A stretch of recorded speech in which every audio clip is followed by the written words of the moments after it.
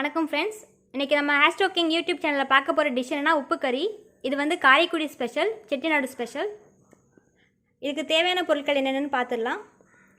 தேவையான அளவு எண்ணெய், கருவேப்பிலை, சீரகம், மஞ்சத்தூள், உப்பு, 12 காஞ்ச மிளகாய், 1 ஸ்பூன் மிளகு எடுத்திருக்கேன், 1 கப் சிக்கன் வாங்கியிருக்கேன், 25 சின்ன வெங்காயம், சின்ன பல் பூண்டு 19 எடுத்திருக்கேன். இப்போ இந்த டிஷ் எப்படி செய்யலான்னு பார்க்கலாம். இப்போ நம்ம உப்பு கறிக்காக வந்து பெப்பரையும் சீரகத்தையும் நம்ம அரைக்க போகிறோம் அம்மியில் போட்டு.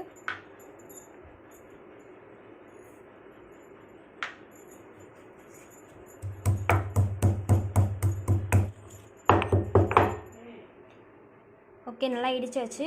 இதை தனியாக ஒரு பவுலில் எடுத்து வச்சுக்கலாம். இப்போ கடாய் காஞ்சிருச்சு. இப்போ நம்ம ஆயில் ஊற்றிக்கலாம்.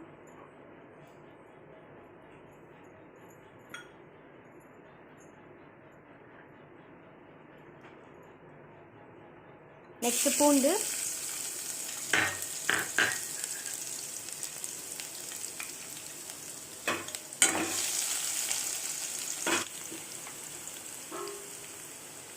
பூண்டு போட்டதுக்கப்புறமா சின்ன வெங்காயம்,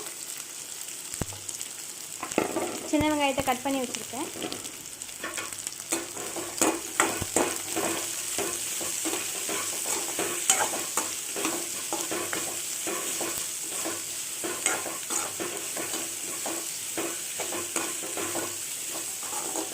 சின்ன வெங்காயம் வந்து உடம்புக்கு ரொம்ப நல்லது. வயசானவங்க, பெரியவங்களுக்கு கை கால் வலி, மூட்டு வலி அது மாதிரி இருக்கவங்களுக்குலாம் வந்துட்டு ரொம்ப யூஸ்ஃபுல்லாக இருக்கும்.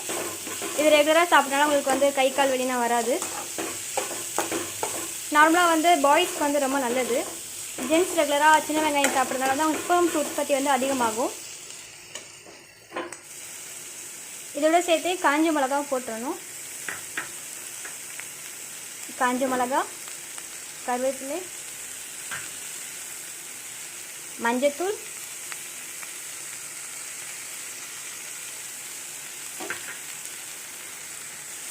உப்பு தேவையான அளவு.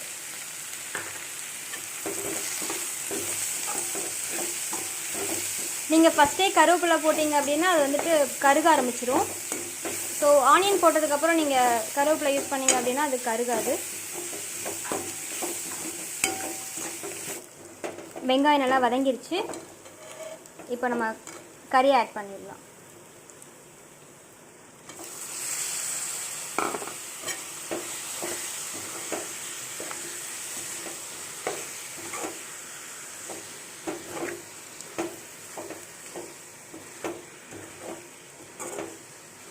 இதில் தண்ணினா மிக்ஸ் பண்ணக்கூடாது.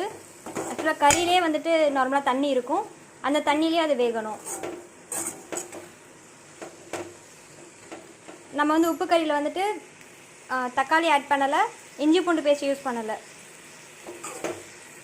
நார்மலாகவே நான்வெஜ் அப்படின்னாலே இஞ்சி பூண்டு பேஸ்ட்டு தக்காளி ஆட் பண்ணுவாங்க. உப்பு கறிக்கு வந்து அது தேவையில்லை.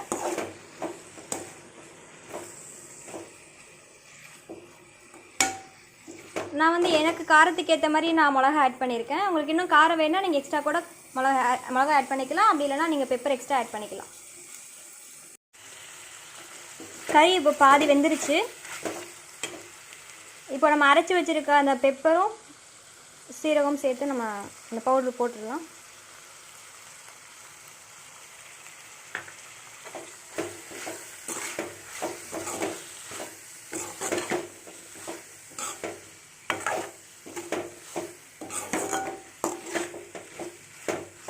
பெப்பர் போட்டதுமே அந்த வாசனை நல்லா வந்துருச்சு.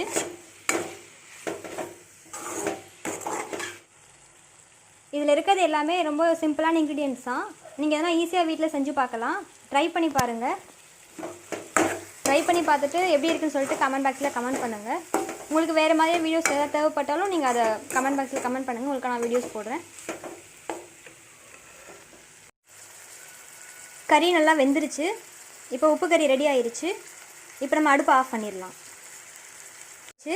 எல்லாருமே இதை வீட்டில் ட்ரை பண்ணி பாருங்கள், உங்களுக்கு ரொம்ப பிடிக்கும். அதுதான் உங்களுக்கு என்ன வீடியோஸ் தேவைப்பட்டாலும் கமெண்ட் பாக்ஸில் கமெண்ட் பண்ணுங்கள், நான் உங்களுக்காக போஸ்ட் பண்ணுறேன். எனக்கு லைக் பண்ணுங்கள், கமெண்ட் பண்ணுங்கள், ஷேர் பண்ணுங்கள். மறக்காமல் சப்ஸ்கிரைப் பண்ணுங்கள். தேங்க்யூ.